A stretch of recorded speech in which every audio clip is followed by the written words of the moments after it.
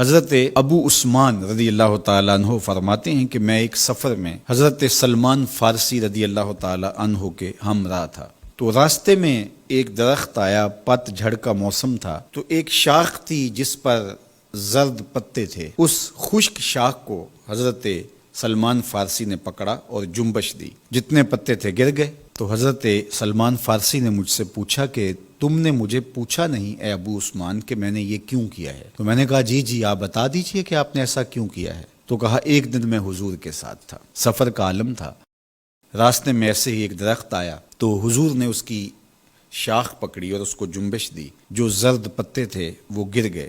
تو میں اس منظر کو دیکھ کے لطف اندوز ہوتا رہا، لیکن حضور نے کہا کہ تم نے یہ مجھ سے پوچھا نہیں کہ میں نے ایسا کیوں کیا۔ تو میں نے بھی کہا جی حضور آپ ارشاد فرمائیے کہ آپ نے ایسا کیوں کیا۔ فرمایا ان المسلم اذا تودع فاحسن الوضوء، بے شک مسلمان جب وضو کرتا ہے اور اچھے طریقے سے وضو کرتا ہے، پھر 5 نمازیں پڑھتا ہے، اس سے خطائیں یوں جھڑ جاتی ہیں جس طرح شاخ سے پتے گر گئے ہیں۔ اللہ اکبر، کوئی ایک پتا بھی نہیں بچا، اور اس کے لیے کوئی بہت زیادہ جھٹکا دینے کی ضرورت بھی نہیں ہوئی، تھوڑی سی جنبش دی اور سارے پتے گر گئے۔ تو کہا اس کے بدن سے گناہ یوں جھڑ جاتے ہیں اور اس کا بدن گناہوں سے پاک ہو جاتا ہے جس طرح شاخ ان پتوں سے خالی ہو گئی۔ تو جب کوئی شخص نماز کے لیے کھڑا ہو تو اس کے گناہ مٹا دیے جاتے ہیں اور بندہ ستھرا ہو جاتا ہے، بندہ پاک اور صاف ہو جاتا ہے۔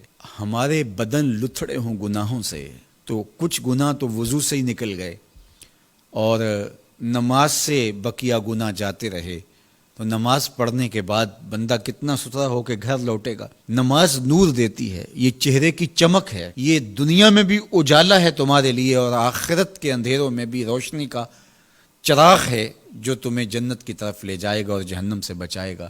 تو اس لیے 5 گانا نماز شعار زندگی بنانے والے اس دنیا میں خوبصورت زندگی گزارتے ہیں۔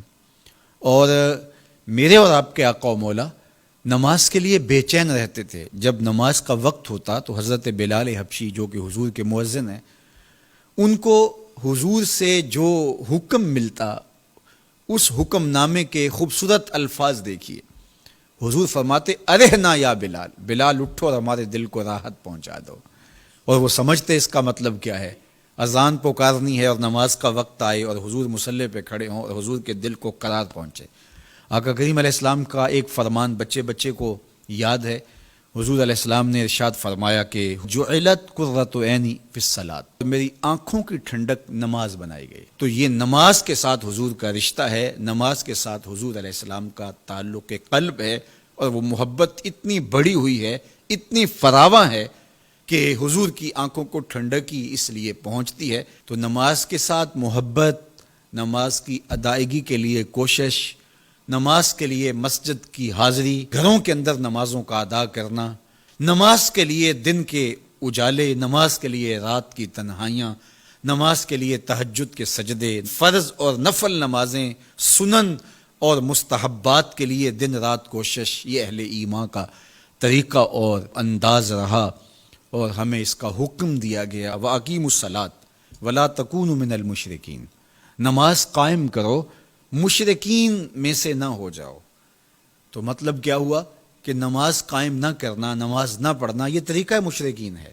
اس لیے کہا کہ ان کے ساتھ تمہاری مشابہت اچھی تو نہیں لگتی، اس لیے تمہیں تو 5 گانا نماز ادا کرنا ہوگی۔ تو اہل ایمان کا اسلوب زندگی یہی ہونا چاہیے کہ وہ 5 گانا نماز کے ذریعے اپنے رب کے حضور حاضر ہوتے رہیں، ایک نماز کے بعد دوسری نماز کا انتظار کرتے رہیں، نماز میں راحت پائیں، نماز میں قرار جاں اور تسکین قلب تلاش کریں، اور یقیناً نماز قلب کی، روح کی تسکین کا سبب ہے۔